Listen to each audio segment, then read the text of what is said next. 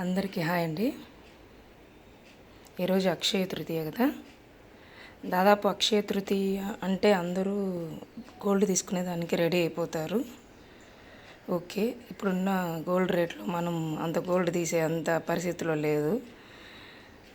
కాబట్టి మనకున్న స్తోమతలో మనం బ్రాహ్మణులకు దానం చేస్తే చాలా మంచిదండి. నాకున్న స్తోమతలో నేను బ్రాహ్మణులకి ప్రతిసారి దానం చేస్తాను నేను ఏదో ఒకటి. సో ఈరోజు అక్షయ తృతీయ భాగంగా నేను ఈరోజు స్వామివారిని కనుక్కుంటే స్వామివారు ఇలా ఇవ్వమన్నారు.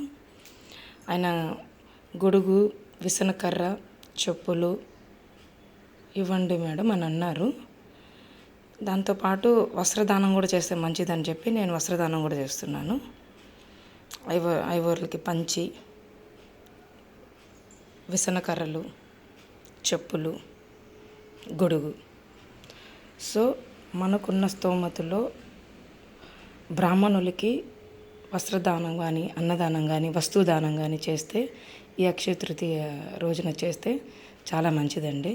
మనకి, మన కుటుంబానికి చాలా మంచిదండి. Okay, thank you.